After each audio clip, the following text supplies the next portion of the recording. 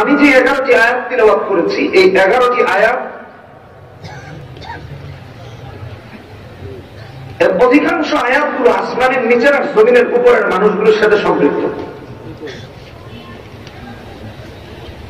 কোরআন কারীম তো এখন আমরা মনে করি শবে বরাত, শবে কদর আর শবে মেরাজে একটু নামিয়ে মুছে টুছে একটু পরিষ্কার করে চুমুটুমু খেয়ে আবার উঠে রেখে দিলাম আগামী শবে বরাত পর্যন্ত। কোরআন কি এই জন্য নাজিল হয়েছে? না, কোরআন নাজিল হয়েছে কোরআনের কথাবার্তা মানার জন্য, চলার জন্য। এটাই তো স্বাভাবিক।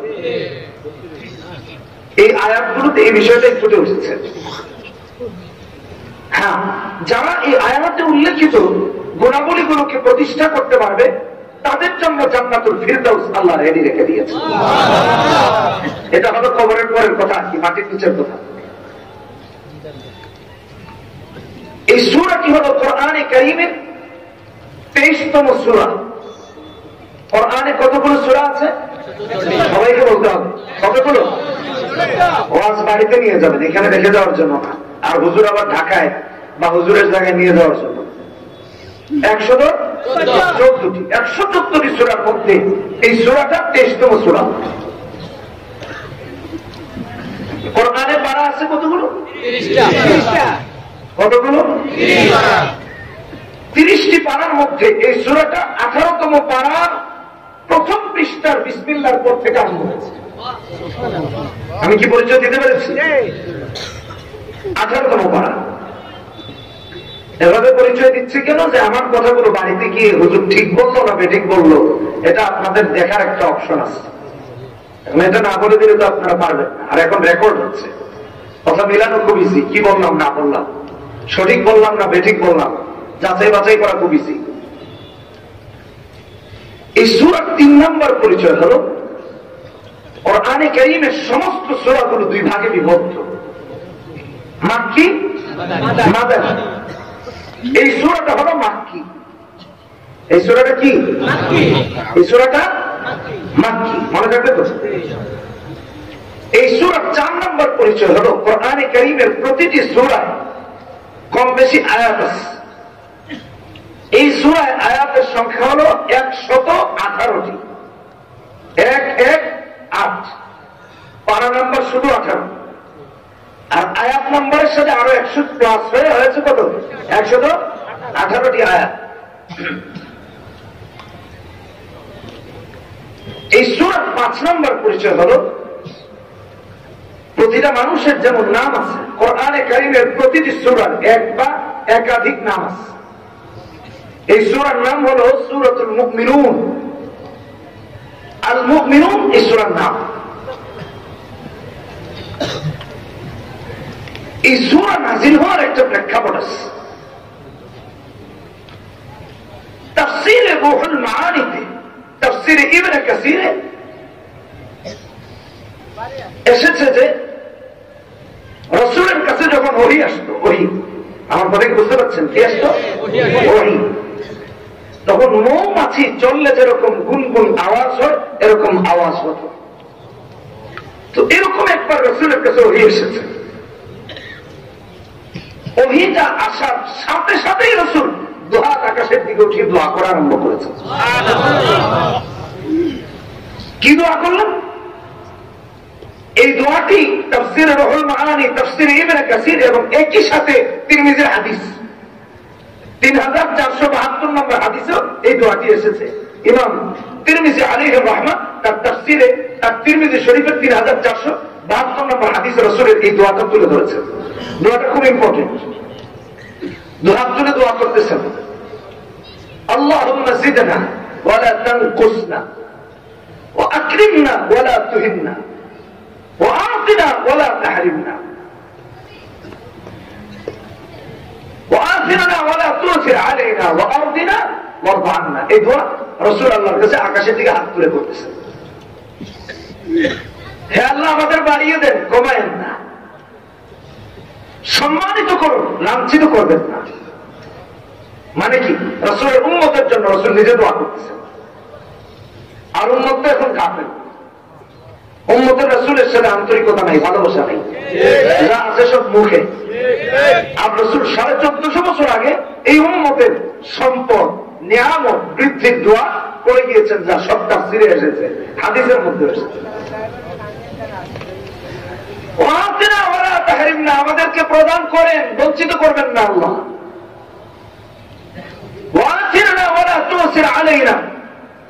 তাম পৃথিবীর সবার মধ্যে সবচেয়ে বেশি আমাদেরকে পছন্দনীয় করে নেন, আমাদের থেকে বেশি পছন্দের আর কাউকে করিয়েন না। রাসূলের কি সুন্দর দোয়া।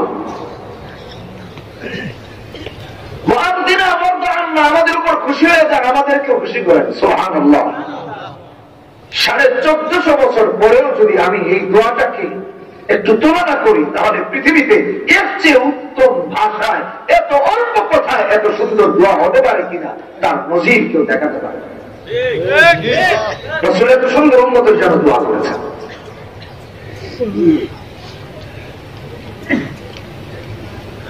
নবীজি দোয়া করার পর কোরআনে কারীমের সূরা মুমিনুনের প্রথম আয়াত থেকে এই আয়াতগুলো তিলাওয়াত করা আরম্ভ করলেন আর বললেন, প্রথমত ওহী আসলো, তারপর রাসূলুল্লাহ দোয়া করেছেন। অতঃপর নবীজি সূরা মুমিনুনের এই আয়াতগুলো তিলাওয়াত করলেন আর তিলাওয়াত করার পর বললেন, যে সমস্ত মানুষগুলো এই আয়াতগুলোতে উল্লেখিত গুণাবলীগুলো অর্জন করতে পারবে, তাদের জন্য আমার আল্লাহ জান্নাতুল ফিরদাউস রেখে দিয়েছে। আল্লাহু আকবার। এই আয়াতগুলো তিলাওয়াত করেছেন, যেগুলো আমি সর্বপ্রথম তিলাওয়াত করেছি, প্রায় 1 পৃষ্ঠার কাছাকাছি। কত ইম্পর্টেন্ট তার চিন্তা করে। এখানে অনেক ওলামায়ে কেরাম আছেন, আমাদের সারওয়াজ।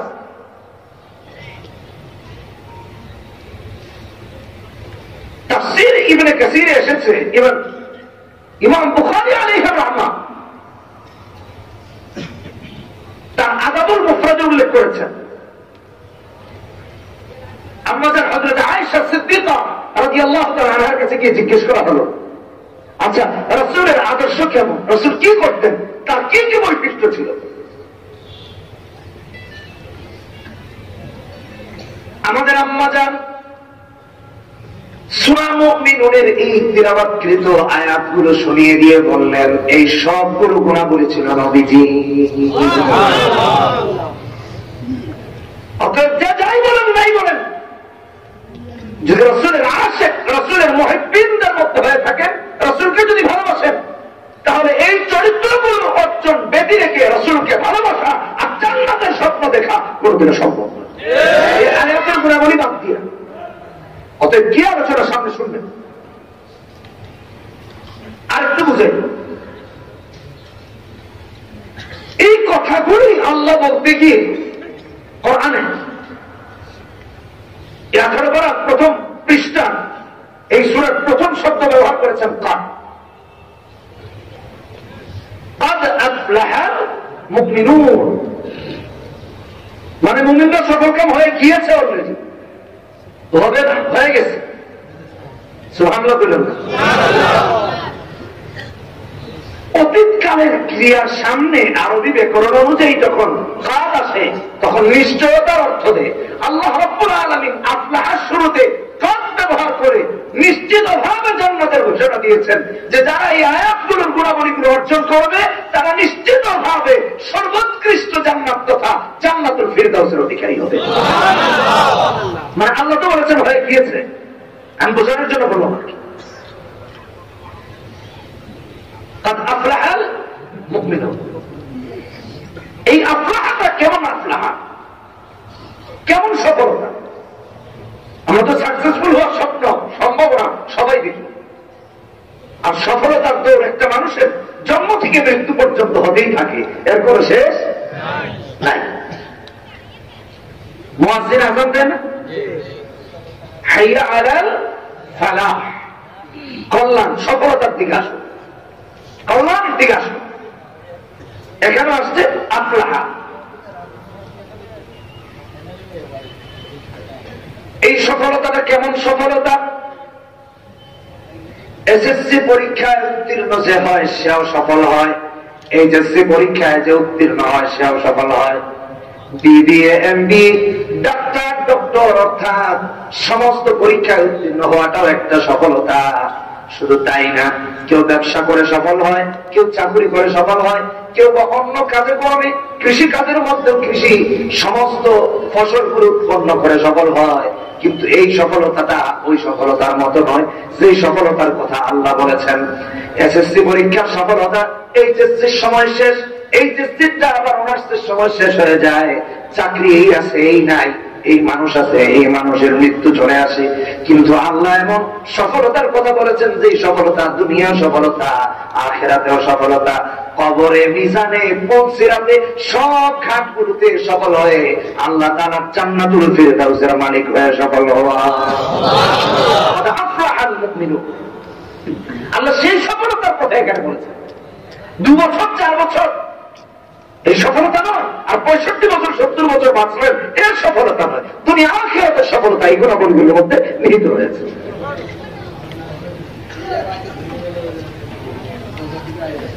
এই গুণাবলীগুলোর মধ্যে প্রথম গুণ হলো আল্লাযীনা হুম ফী সালাতিহিম খাশিউন। এই আয়াত নাযিল হওয়ার প্রেক্ষাপট আছে, শানে নুজুল আছে। নামাজে বিনয়ী হওয়া, নামাজে বিনম্র হওয়া, একাগ্র চিত্তে সালাত কায়েম করা, এখন এটা খুব অভাব। এই জন্য সারা জিন্দেগি একটা সিজদা আমাদের কাছে পৌঁছায় না, একাগ্রতা নাই। তাই আল্লাযীনা হুম ফী সালাতিহিম খাশিউন। তাফসীরে রুহুল মাআনিতে এসেছে সাহাবায়ে কেরাম এবং নবীজি এই আয়াত নাজিল হওয়ার আগে আকাশের দিকে নামাজে দাঁড়িয়ে থাকাতেন। আল্লাহ তাআলা এই আয়াত নাজিল যখন করলেন তারপর থেকে নিজেদের দৃষ্টিগুলো সিজদার মধ্যে রেখে রবের সামনে বিনয়বনত হয়ে দাঁড়াতে আরম্ভ করেছেন।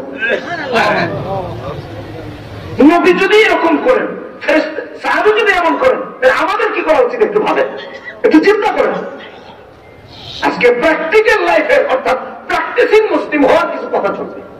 আল্লাহ যেখানে যে আয়াতগুলোতে বলেছেন এই কথা,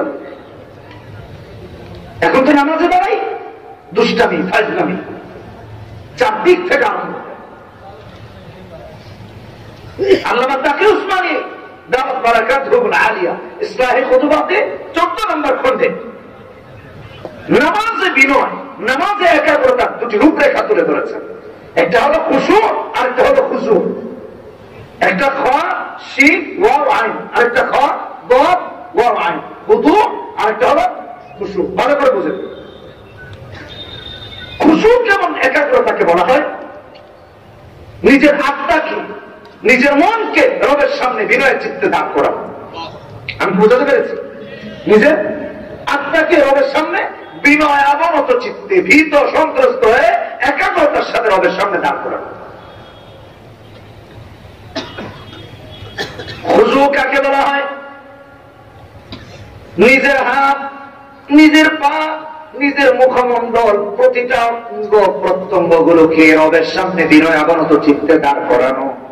প্রতিটা মুমিন বান্দা বান্দি রবের সামনে দাঁড়িয়ে যদি অন্তরকে এভাবে আল্লাহর সামনে দাঁড় করাতে পারে, আর প্রত্যেকটা অঙ্গ প্রত্যঙ্গ তথা দেহের সবগুলো অঙ্গকে রবের সামনে এভাবে দাঁড় করাতে পারে, ওই বান্দা বান্দির সালাম ফিরাতে দেরি হয়, রবের দরবার পর্যন্ত তার সালাত কবুল হতে দেরি হয় না। আল্লাযীনা হুম ফী সালাতিহিম খাশিউন। নামাজে বিনয়ী হওয়া, নামাজে বিনয়ী হওয়া। কি বলবো দুঃখের কথা, আমাদের এই প্রজন্মের ইয়াং জেনারেশন সব থেকে বেশি গাফেল এই ব্যাপারে। কিশোররা গাফেল। ছোট্ট একটা উদাহরণ দিই। আমি একবার এক জায়গায় মাহফিলে গেলাম, তাও এটা 6-7 বছর আগের কথা। এলাকার নাম বলছি না, তাহলে ওই এলাকার ভাইয়েরা শুনলে মন খারাপ করবে যে হুজুর আমাদের দুর্নাম গিয়ে আরেক এলাকায় খারাপ দেখা যায়। আমার এটা আদৌ উদ্দেশ্য নয়, উদ্দেশ্য ভিন্ন। কি আবার মোবাইলে বাজায় গিয়ে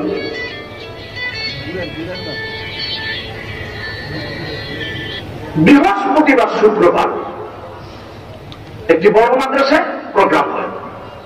তো দ্বিতীয় দিন অর্থাৎ জুমাবার, জুমার পর পর যিনি প্রধান আলোচক তার বয়ান থাকে, তারপর মোনাজাত হয়ে শেষ হয় মাহফিলটা। এরকম একবার আমি গেলাম, যেহেতু মুসাফির ছিলাম আর যাচ্ছিলাম ওখানে, তো পথিমধ্যে জুমার নামাজের সময় হয়ে গেছে। আমরা এক মসজিদে জুমার নামাজের জন্য উঠলাম। মসজিদে উঠে প্রথম তলায় আর জায়গা হলো না। আমরা কিন্তু মুসাফির, আমার কেউ অপেক্ষা করবেন না। এদিকে পথিক হিসেবে যাচ্ছিলাম, উঠেছি নামাজের জন্য। দ্বিতীয় তলায়ও জায়গা হলো না। তৃতীয় তলায় গিয়ে তৃতীয় তলার সামনের কাতারে জায়গা পেয়েছে। নামাজে দাঁড়িয়েছি, ডানে বামে আরো অনেক ইয়াং ছেলেপেলেরা, যুবক ছেলেপেলেরা দাঁড়িয়েছে। আমাদের সমাজের একটা ট্রেডিশন হয়ে গেছে, ইয়াং ছেলেপেলেরা মসজিদে আগে আসে না, মুরব্বীরা আগে আসে। মুরব্বীদের প্রথম কাতারে পাওয়া যায়, আমাদের তরুণদের যুবকদের প্রথম কাতারে পাওয়া যায় না, খুব কম। কথা ঠিক বললাম না বেঠিক বললাম? এরা পিছনে আসে। মসজিদ যদি 10 তলা হয় তাহলে এরা 10 নম্বর তলায়। যদি জিজ্ঞেস করেন কি রে ভাই এত দেরি কেন, বলবে হুজুর আকাশের একটু কাছাকাছি থাকলাম, এটা তো আল্লাহর কাছে অবস্থান করলাম। বলে কিভাবে? আপনি নিচ তলায়, আমি 10 তলায়, তো কে আল্লাহর কাছে আসে বলেন তো? এগুলো বলে মানুষকে বুঝতে। নামাজে দাঁড়িয়েছি, রুকুতে গিয়েছি, রুকু থেকে উঠে সিজদায় যাব, আমার পাশের জনের পাছায় নিতম্বে পেছন থেকে একজন এমন জোরে হ্যাক মারলো, ও বেচারা উল্টে উল্টে সামনে দেয়া নাকি পারি। কথাটা হাসির না, দুঃখের। আমি তো রীতিমতো আশ্চর্য যে আল্লাহ পাশের জনকে মেরেছে, আল্লাহ জানে যদি আমাকেই মারে ইজ্জত কোথায় যায়। টেনশনে পড়ে গেছিলাম আমি। সিজদায় গেলাম, আরো ভয়াবহ অবস্থা। সিজদায় যাওয়ার পর এই তরুণরা যুবকরা সিজদায় গিয়ে উঠে বন্ধু বান্ধবদের সাথে নামাজে দাঁড়ায়, বাস উঠে একজনের পাশার মধ্যে থাপ্পড় মেরে আবার সিজদায় চলে যায়। ওইটা আবার উঠে দেখে যে আমার ডাইরেক্টটা মানলো না বামেরটা মানলো, তারপর আবার সেও একজনের পাশায় বসে সেও আবার সিজদায় যায়। লা হাওলা ওয়ালা কুওয়াতা ইল্লা বিল্লাহ আল্লাযীনা হুম ফী সালাতিহিম খাশিউন। নামাজে এভাবে বেয়াদবি করা আল্লাহর সামনে হারাম। দ্বিতীয় কথা হলো, কেউ যদি বুঝে শুনে রবের সাথে তামাশার জন্য এটা করে, তার ঈমান চলে যাবে, ঈমান চলে যাবে, মুরতাদ হয়ে যাবে। এগুলো বন্ধ করুন। আল্লাযীনা হুম ফী সালাতিহিম খাশিউন, বিনা অবরত চিত্তে নামাজ আদায় করেন।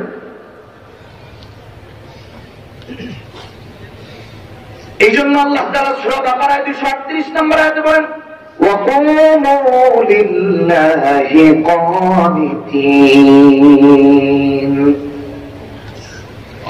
অথচ রবের সামনে এখন দাঁড়িয়ে দুষ্টামি করছে। মুমিন যদি সঠিকভাবে বিনয় অবনত চিত্তে ভীত সন্ত্রস্ত হয়ে যদি রবের সামনে দাঁড়ায়, তার নামাজ যেমন শুধু তার নাজাতের কারণ নয়, বরং অন্যের নাজাতেরও কারণ হয়। আমি ছোট্ট একটা উদাহরণ দিতে চাই। সুওয়ারুম মিন হায়াতিস সাহাবা, প্রথম যে ঘটনাটি আনা হয়েছে সাঈদ ইবনে আমির আল জুমাহি। তিনি ছিলেন অমুসলিম, মুসলমান নয়, ঈমান আনেন নাই। নবীজির একজন বড় ত্যাগী সাহাবী, যার নাম হলো হযরতে খুবাইব রাদিয়াল্লাহু তাআলা আনহু। কাফের বেঈমানরা তাকে অ্যারেস্ট করলো, গ্রেফতার করলো। আর গ্রেফতার করার পর তাকে হত্যার জন্য তানাইম প্রান্তরের দিকে নিয়ে যাচ্ছে। কাফের বেঈমানেরা তার পিছনে পিছনে উল্লাস করছে, হাততালি দিচ্ছে, গান বাদ্য বাজাচ্ছে, আর তাকে মৃত্যুর জন্য নিয়ে যাওয়া হচ্ছে তানাইম প্রান্তরের দিকে।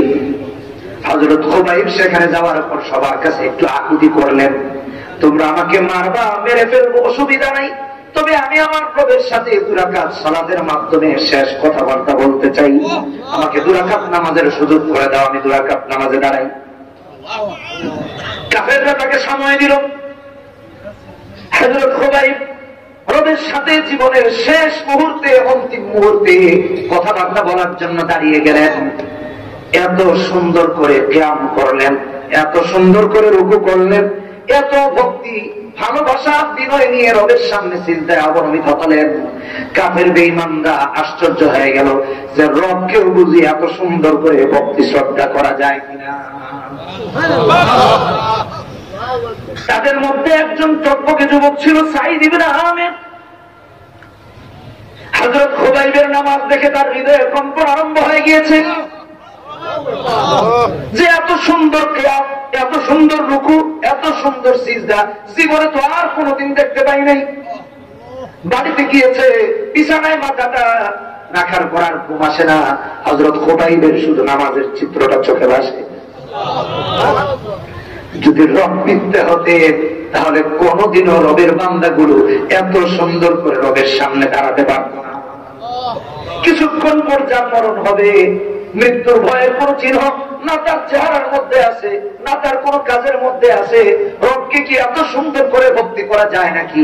রবের সামনে কি এত সুন্দর করে বিনয় অবনত হয়ে দাঁড়ানো যায় নাকি? তিনি আশ্চর্য হয়ে গেলেন। ঘুম নাই, চিন্তা। আর শুধু হযরত খুবাইবের নামাজের চিত্রটা তার চেহারার মধ্যে ফুটে উঠছে, চোখের মধ্যে ফুটে উঠছে। রাসূলুল্লাহর দরবারে গিয়ে হাজির হয়ে গিয়েছেন আর বলছেন, নবীজি, হযরত খুবাইবের নামাজ আমাকে প্রমাণিত করে দিয়েছে যে আল্লাহ ছাড়া আর কোনো মাবুদ এই দুনিয়ায় নাই। এখনই আমাকে কালেমা পড়ান, কালেমা পড়ায় মুসলমান বানায় দেন। নবীজি বললেন, পড়ো লা ইলাহা ইল্লাল্লাহু মুহাম্মাদুর রাসূলুল্লাহ সাল্লাল্লাহু আলাইহি ওয়াসাল্লাম। সবাব তথা নামাজ একটা মানুষের জিন্দেগি কিভাবে পরিবর্তন করে দিতে পারে।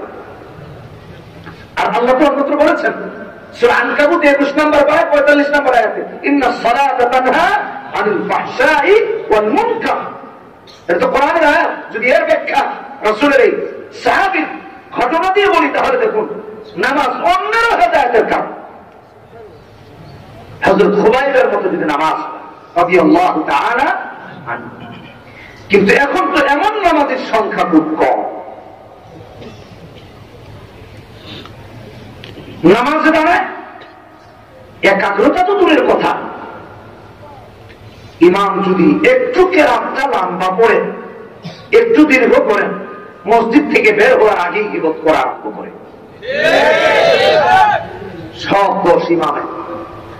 সবার কথা বলছি, ইমামেরও দোষ আছে, একটু শুনেন। বলে কি হয়েছে ইমাম সাহেব, আজকে নামাজে তো দেরি হলো কেন? 30-এ শেষ হওয়ার কথা, 40 হলো কেন? জানেন না আমার আজকে ভাতিজির বিয়ে, আর উষ্ণ সব ঠান্ডা হয়ে যাচ্ছে আপনার জুমার নামাজ দেরি হওয়ার কারণে। অলরেডি বেশ 2-3টা বসে গেছে গুরু, আমি পরে কি খাবো? মসজিদে কি খাওয়ার জন্য এসেছেন? এই নামাজ বিনয়ের নামাজ নয়, এই নামাজ খুশু হুজুর নামাজ নয়। যার নামাজ পড়ার পর নামাজের কিরাত, নামাজের দীর্ঘতা অথবা এর কোন কারণ নিয়ে যদি অযৌক্তিক প্রশ্ন তোলে, সে আল্লাহ তাআলার উপর অভিযোগ দায়ের করেছে। এটা মুসলমানের কাজ। খবরদার, এগুলো এখন আমাদের সমাজে হয়। মসজিদে এসে তাড়াতাড়ি নামাজ পড়ান, তাড়াতাড়ি এটা করেন। আমি কিছু বাস্তব কথা বলছি। আল্লাহর রহমতে আমি ওখানে 16 বছর তারাবি পড়ানোর সুযোগ হয়েছে। 16 বছর, 1-2 বছর না, এখন তো পড়ানোর সুযোগ পাই না।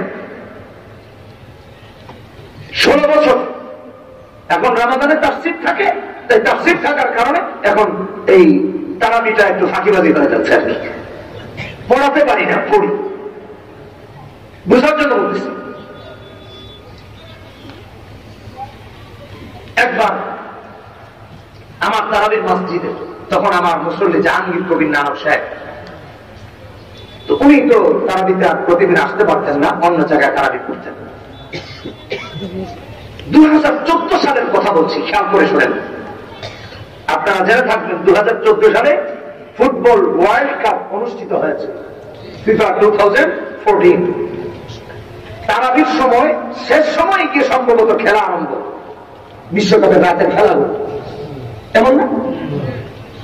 তো একদিন তারাবিতে ঢুকলাম, পেছন থেকে আমাকে একজন এসে বলতেছে, হুজুর আজকে তারাবিটা একটু তাড়াতাড়ি মেরে দিস, আর্জেন্টিনার খেলা আছে। বুঝেন নাই মনে হয়? পিছনে তাকিয়ে আগে দেখলাম চেহারাটা কার, তাকিয়ে দেখি মসজিদের একজন সম্মানিত কমিটি, উনি খুব ফানি লোক ছিলেন, সবাইকে হাসিয়ে মাতিয়ে রাখতেন, আমার সাথে খুব ভক্তি শ্রদ্ধা মাশাআল্লাহ তার ছিল। তো দেখে একটু মনে মনে হাসলাম। তিনি আজকে নাই, কবরস্থ হয়ে গিয়েছেন। আলেমদের খুব ভালোবাসতেন, আসলে এটা তার জ্ঞানের কমতি আর কিছু না। আলেমদের খুব মহব্বত করতেন। আমি যত জমায় যেতাম অঘোষিত আমার দাওয়াত তার বাসায়। শুধু তাই না, বাসা থেকে বের হয়ে গাড়িতে উঠা পর্যন্ত পেছনে থাকতেন, মানে এত শ্রদ্ধা করতেন আলেমদেরকে। এক শ্রেণীর লোক আছে না যে চাকর চামারের মতো ব্যবহার করে, এমন না। উনি এক সময় খুব তুখর রাজনীতিবিদ, জাতীয় পার্টি, মারা গিয়েছেন। আর এরশাদ সাহেব যেহেতু দীর্ঘদিন ক্ষমতায় ছিলেন, তো আপনারা জানেন যে তার রাজনৈতিক প্রখরতা কেমন ছিল। তিনিও খুব নামি দামি নেতা ছিলেন, খুব মহব্বত করতেন, খুব ভালোবাসতেন। তো আমি পিছনের দিকে তাকে দেখে মনে মনে একটু হাসলাম আর বললাম, আল্লাহ তোমার বান্দারা এইও কাজ করে, তারাবি পড়াবো, তাও তো আর্জেন্টিনার খেলা আছে, যাবো তো চিন্তা করো। সেদিন আরো 15 মিনিট লেট করে তারা বিশেষ করেছে। নামাজের পর চাচা খুব টেনশন হয়েছে, খতিব সাহেবের বইলেও কামে লাগলো না। মসজিদের খাদেম সাহেব